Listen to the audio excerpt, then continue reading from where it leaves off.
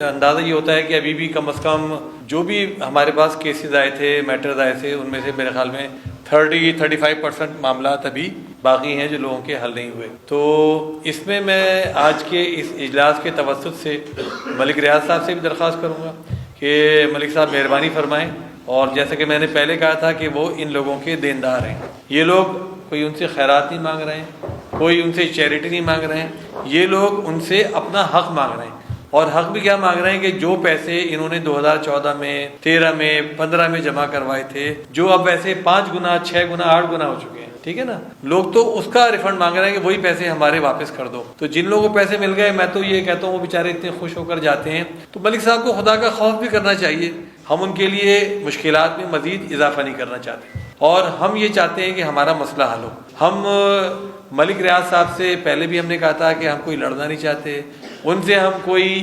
اپنے لیے، جماعت اسلامی کے لیے کوئی ان سے رعایت، کوئی چیز، کوئی مفاد نہیں چاہتے۔ الحمدللہ ملک ریاض صاحب کو یہ بات شروع دن سے معلوم ہے کہ جماعت اسلامی نے ان سے کوئی پائی ٹکا، کوئی زمین، کوئی ٹکڑا، کوئی الحمدللہ کبھی ہم نے نہیں لیا، اور نہ آئندہ لیں گے۔ باہر کے بیریئر ٹاؤن چل رہا ہے، بیریئر ٹاؤن نے فیسوں میں بھی اضافہ کر دیا ہے، بیریئر ٹاؤن نے بجلی کی قیمت میں اضافہ کر دیا ہے، بیریئر ٹاؤن نے مینٹیننس میں بھی اضافہ کر دیا ہے۔ ابھی آپ میں سے کچھ لوگوں نے کہا کہ ملک ریاض صاحب اور ان کے صاحبزادے پاکستان سے مفرور ہیں، لیکن ان کا پورا سسٹم یہاں چل رہا ہے، تو اس لیے ان کی مفروری کوئی معنی نہیں رکھتی۔ ان کے لوگ یہاں موجود ہیں، اور ان کو سارا جو پیسہ جمع کرنا ہے وہ خوب آتا ہے، تو پیسہ ان کو واپس کرنا بھی آنا چاہیے۔ تو انشاءاللہ تعالی میں یہ میسیج ان کو ذاتی طور پر بھی پہنچاؤں گا، اور اگر انہوں نے اس پر توجہ نہیں دی تو حافظ نعیم الرحمان صاحب کراچی آئے ہوئے ہیں، اور ان سے بھی ہم مشورہ کریں گے کہ اس مسئلے کو دوبارہ مختلف طریقے سے ٹیک اپ کریں گے۔ جیسا کہ آپ ساتھیوں نے بتایا کہ دبئی کے اندر یہ اسکیم دوبارہ لانچ کرنے جا رہے ہیں، تو دبئی میں اگر کوئی اسکیم لانچ کر رہے ہیں تو اگر ملک صاحب کی طرف سے کوئی پازیٹیو جواب نہیں آیا تو میں آپ کو یقین دلاتا ہوں کہ اس کو پھر ہم دبئی کی حکومت کے ساتھ بھی ٹیک اپ کریں گے، اور ہم باقی لوگوں سے بھی کریں گے۔